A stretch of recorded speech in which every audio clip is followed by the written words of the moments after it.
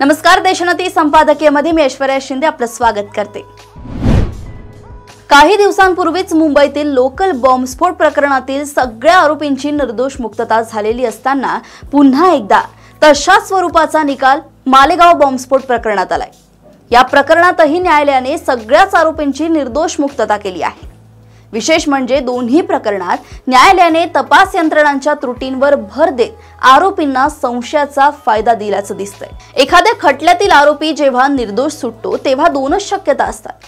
एकतर तो आरोपी खरोखरच निर्दोष असतो किंवा कायद्याच्या दृष्टीने आवश्यक असलेले सबळ पुरावे तपास यंत्रणा न्यायालयासमोर सादर करू न शकल्याने दोषी असूनही त्याला संशयाचा फायदा मिळतो। या दोन्ही प्रकरणात आरोपींना संशयाचा फायदा मिळाल्याचं दिसतंय।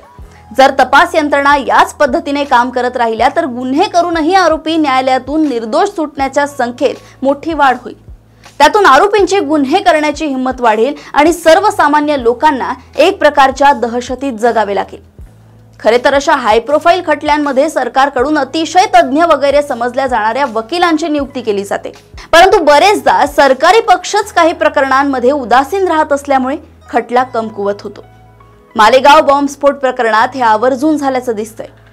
जे पुरावे किंवा तर्क न्यायालयात क्षणभरही टिकू शकणार नाही हे उघड दिसत असताना त्याच पुराव्यांच्या जोरावर खटला पुढे रेटला जात असेल तर दुसरे काय होणार आहे?